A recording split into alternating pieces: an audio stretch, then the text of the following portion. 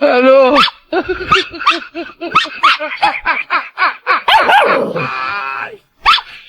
Wala halo. Halo.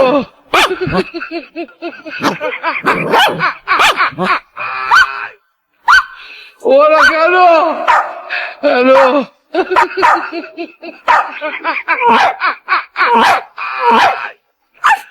Wala halo. Halo. Kantongan saya dihitung ada 11.000 triliun yang disimpan. Di kantong saya beda lagi, lebih banyak.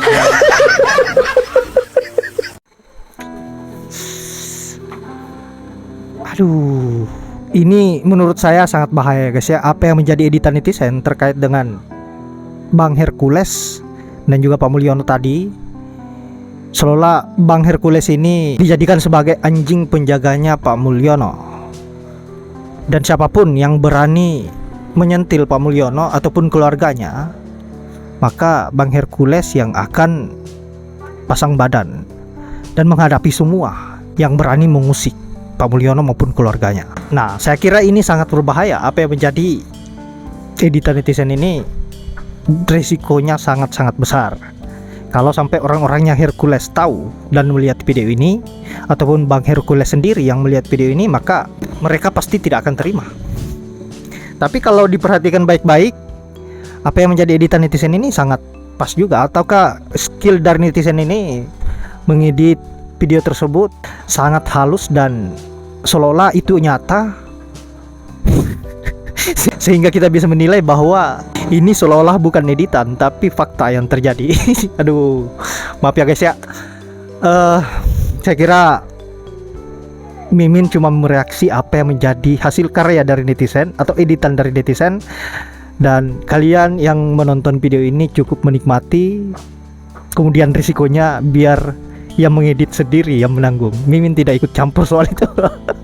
Nah, sahabat-sahabat, saya kira baiknya kita lanjut dulu videonya, bagaimana kekonyolan para netizen selanjutnya seperti apa, dan komentar buat pengacara kucluknya Pak Mulyono yang saya kira perlu belajar lagi agar tidak terlalu menonjol kegoblokannya. Untuk itu langsung saja kita ke videonya. Saya difitnah, fitnah saya diam. Dijelek-jelekin saya juga diam. Dicela, direndah-rendahkan saya juga diam. Dihujat, dihina-hina saya juga diam. Tetapi hari ini saya akan kabur.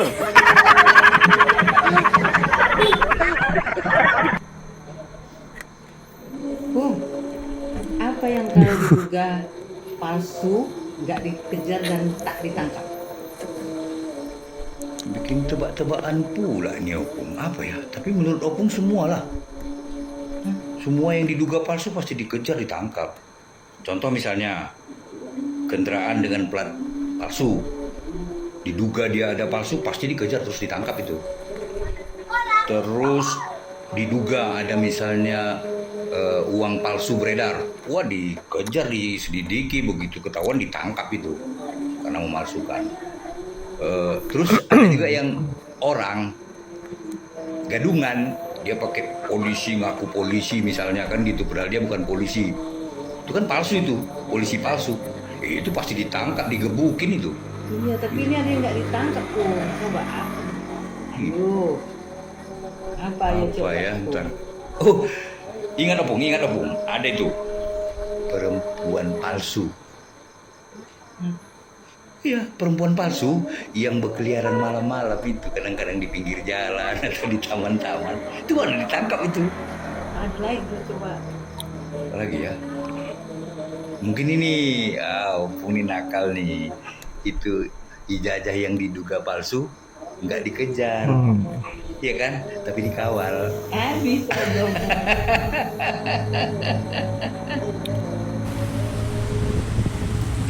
Capek-capek kuliah S1, S2, ujung-ujungnya cari info lowongan pekerjaan, nentengin ijazah kemana-mana dan selalu tertolak. Kalah sama yang ijazahnya masih abu-abu. bisa memimpin 2 periode di Konoha. Bahkan pinter ngeles lagi untuk membuktikan bahwa dirinya nggak pernah salah. Ini anak si Otto Hasibuan, pengacara yang masyhur. Walaupun bapaknya itu masyhur, pinter, tapi kalau anak ini belum punya banyak jam terbang, belum banyak pengalaman, ketemu orang seperti Roy Suryo, akan grogi, akan keceplosan deh kalian itu. Ini nanti kita bedah bareng-bareng setelah video nanti saya putar. Saya akan mengomentari caption di belakang saya ini. Ternyata menurut banyak orang, Jokowi itu lapor ke Polda itu soal kehilangan, karena dia itu di loket kehilangan. Nah ini mirip yang dikatakan oleh si Yakub. Ya ada tuh alasannya apa? Mas Roy, saya izin nanya, mohon dijawab dengan jujur. Oh ya. Mas kan tadi bilang bahwa Mas itu sarjana UGM. Katakanlah ijazah Mas hilang. Ya. Walaupun punya Pak Jokowi ada, saya keandaikan punya Mas Roy hilang, kemudian butuh untuk apply kerja atau mau mendaftar ke KPU. Ya. Kemana Mas Roy pergi untuk meminta legalisir? Ke UGM dan UGM. Ya. Oke. Dan UGM mengeluarkan bukan ijazah yang sama dengan kita lulus dulu. Nah, kalian paham kan? Dalam ilmu psikologi yang saya pelajari, itu artinya saya enggak sekolah psikologi, enggak. Kebetulan waktu saya TK itu guru saya itu pinter psikologi dan ngomong ke saya, ketidakpercayaan diri itu akan membawa seseorang ke alam bawah sadar. Jadi apa yang harusnya dia sembunyikan itu keceplosan ya, karena faktor alam bawah sadar tadi, ilmu psikologi tadi. Jadi ini semakin menguatkan bahwa sebenarnya Jokowi itu tidak punya ijazah asli. Seperti dalam kalimat-kalimat si Yakub tadi menganalogikan, mengilustrasikan, andaikan Roy Suryo kehilangan ijazah kemana. Ya kan? Ini orang bodoh kayak saya aja bisa menebak. Traktir. Orang-orangnya Jokowi itu ya kadang-kadang tuh udah sok belaga kayak yang iya, kayak yang bener. Pemain bukan, apa bukan, cuman jadi cunguk doang aja. Menjadi pembuka pintu doang, bagian buka pintuan mobil. Tapi pada so tahu, ya. Sok 101 lah. Lu ngomongin 101 jangan nama gua, cuy. Ya iyalah, proyek kalian mah udah gua, apa kata gua, 101 itu mah ya iyalah, apalagi korporasi. Aduh. Kalau gua ngomong kosong, gua nggak akan bisa ngeberhentiin korporasi itu, ya. Lu lihat proyek-proyek IKN berjalan nggak? Itulah gua, buatan gua sekat semuanya. Perekonomian ngomong apa lu? Investor pada kabur, anggaran masuk nggak ada kan? Gua sekat, ngomong apa lu? Yang disetujui, karena yang setuju itu ada coret-coretan dosen. Mungkin Mas punya. Lucu ya, pengacara ini ngebulet gitu loh. Tahu nggak kalau yang dicoret-coret itu pada saat kita konsultasi skripsi ke dosen pembimbing, itu tuh nggak bakal kita simpan juga, ya. Ujung-ujungnya itu kita akan cetak ulang gitu loh, kita akan ketik ulang kalau zaman dulu ya. Jadi setelah kita approval judul ke dosen pembimbing ya, baru kita itu seminar pendahuluan dulu penelitian, terus seminar hasil penelitian, baru kemudian sidang atau kompre untuk mempertanggungjawabkan skripsi tersebut. Setelah itu siap cetak naik, dan semua salinan daripada skripsi yang udah dijilid itu semuanya resmi, Pak.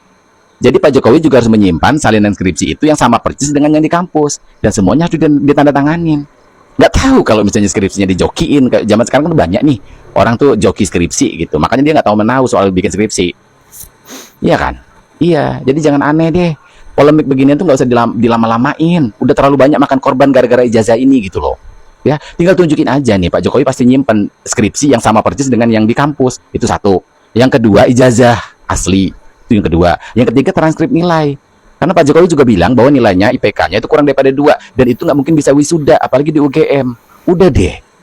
Udah kayak selebritis aja nyari panggung lama-lama. Udah terlalu banyak makan korban gitu loh tentang ijazah ini. Kalau misalnya memang asli, tunjukin, selesai gitu. Tutup kasus, kelar.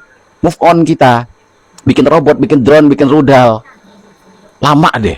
Ijazah begini sampai cari pengacara banyak banget gitu. Aneh. We walk the talk.